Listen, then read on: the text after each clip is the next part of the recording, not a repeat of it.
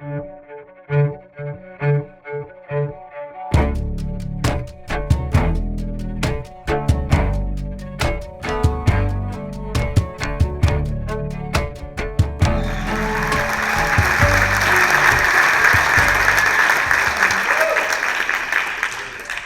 take a moment and make sure my feet are firmly planted on the ground in this moment. I don't know why I developed an eating disorder. The best answer I've been able to find is that genetics loaded the gun and environment pulled the trigger. Never having liked myself or feeling like anyone else in the world liked me the way I was, around age 14, I looked around and noticed that thinness and weight seemed really important. I would notice in movies, television, magazines, thin people were idolized and fat people were jokes. So, when I started restricting my food intake, learning how many calories were in everything, and developing rigid food rules to live by, it felt good and right. And unfortunately, my environment confirmed it too. I can't tell you how many girls came up to me and told me they were jealous of my weight loss and asked how I did it.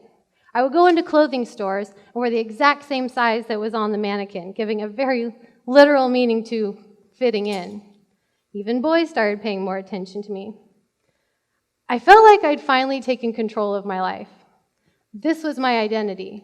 This was who I was, the skinny girl. Thinness, weight, sizes, numbers. These things mattered, and they mattered to me. And no one could try and tell me that they didn't matter when they so obviously did matter in my world. As the years went by, if the obsession became too much, or when my health started to deteriorate, I would attempt entering treatment. But it never worked because truly, I didn't want to let go of my eating disorder. My Ed. Ed was the voice of my eating disorder, and I didn't know who I would be without him. What anorexia and bulimia gave me was a sense of control when I didn't feel like I had any. It was a distraction and soothing escape from the house I lived in, where I didn't understand why an alcoholic got to be the king who treated us however he wanted while we had to tiptoe. It gave me something to feel good about. What it took away from me, though, was everything. Every day for 14 years, 95% of my thoughts were dedicated to a maddening math problem of calories in, calories out, inches around my waist, numbers on a scale. The measures that made me feel safe and okay in the world I didn't understand. Imagine what it felt like for me then when I first got into a float tank last year. Absolutely horrifying. An environment without measurements, without weight.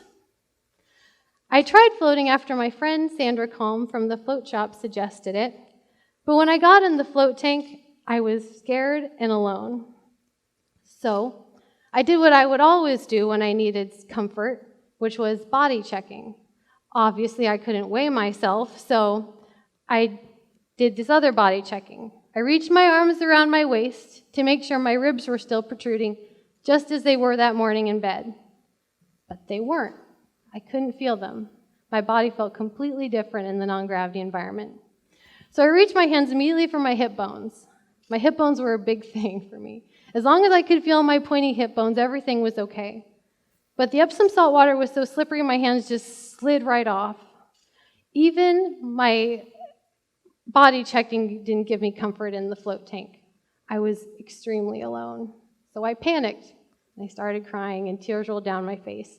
But I didn't want to let Sandra down. I wanted to get through this one float and then just never come back. So I had to find a way to feel good. And I noticed that kind of swishing my hair back and forth, kind of like a mermaid, felt good. So I did that until I don't remember anything else except the music playing. Although I didn't see at all how floating could help me in the long run, what I did like about it was how separated I felt entirely from the world. I could close the lid to the float tank and for 90 minutes pretend that the rest of the world just simply didn't exist. I could pretend that I didn't have the problems I was so tired of dealing with. For 90 minutes, it really didn't matter if I was skinny or not. Being able to get into a float tank was the same kind of instant relief and escape that I sought from binging and purging food, from restricting calories, or from taking drugs.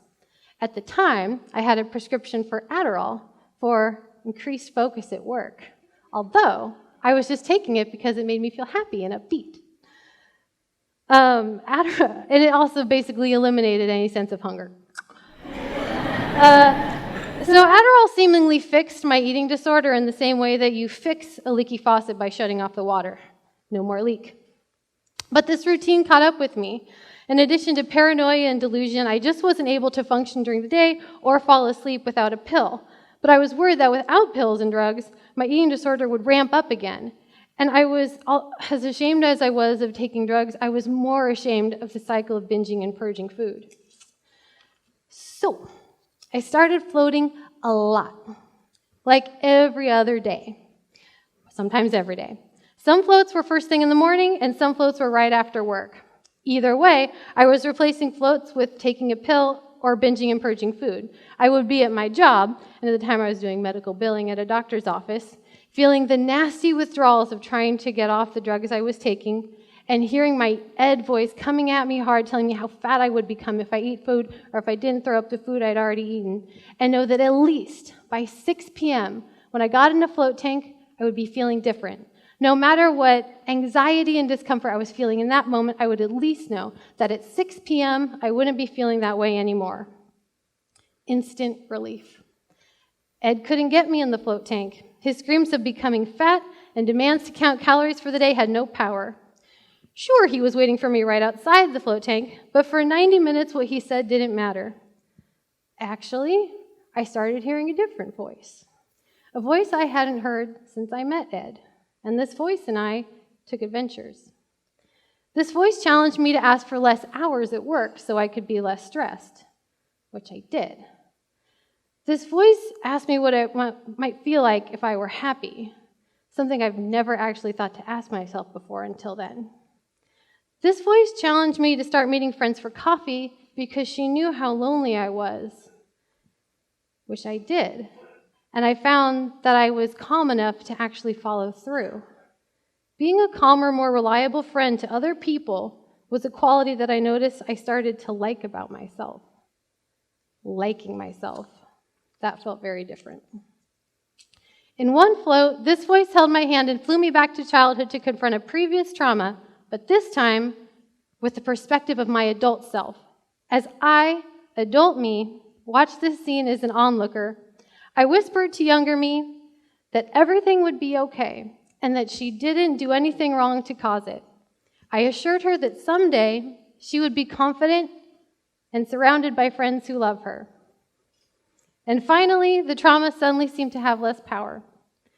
I know what you're thinking. That's your inner voice, Emily. Why didn't you listen to that all along? It makes so much sense. I couldn't hear that voice over Ed. Or I remember hearing it for a moment, and then Ed would swoop in and play on a reel all the mistakes I'd ever made in my life and how I was nothing before he found me.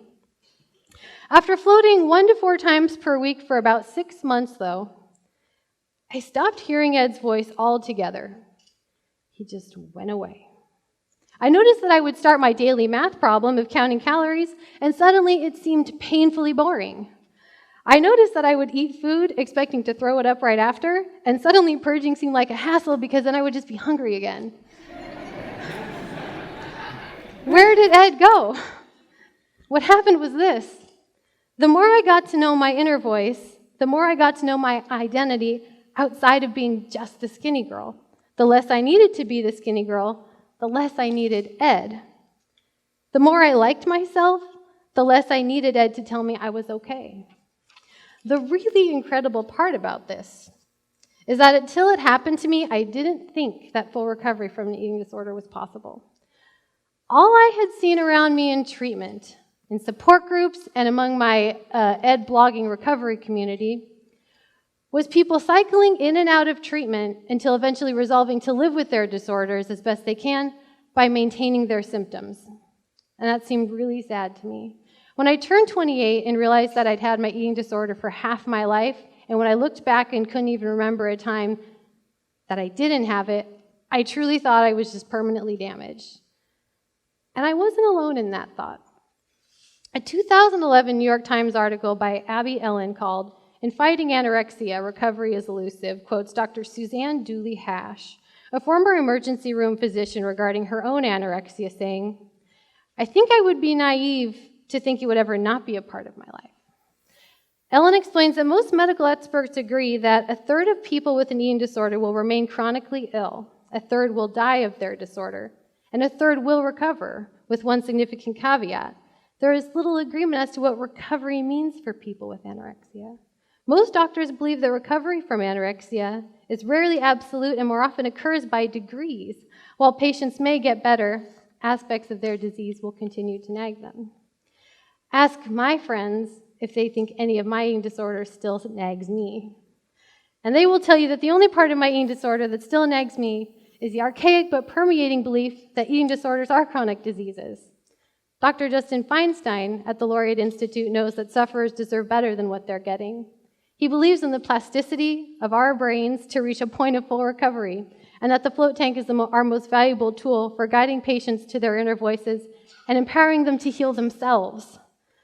I have no doubt that the work he's doing is going to change how people with eating disorders view their own potential for recovery and have hope. Imagine my joy to wake up now and not even hear my Ed voice, to forget that that was a thing I once had to deal with. Ask me what I ate yesterday. I don't remember. Ask me what I'm eating for dinner tonight. I don't know yet. The quality of life I feel now is too good to just be a remission. The quality I feel now must mean full recovery. Talk about reprogramming.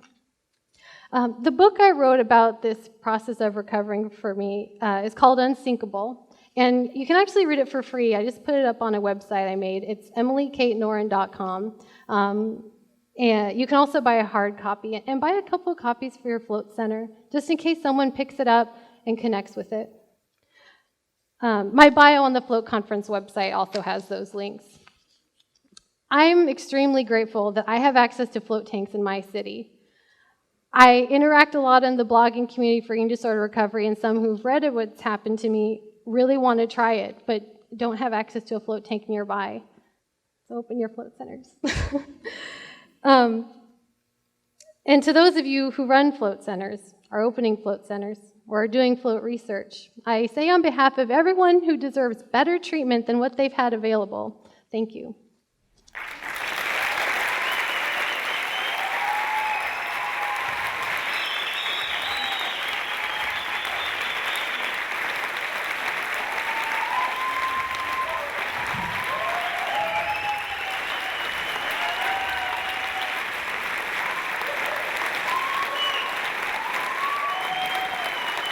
Thank you.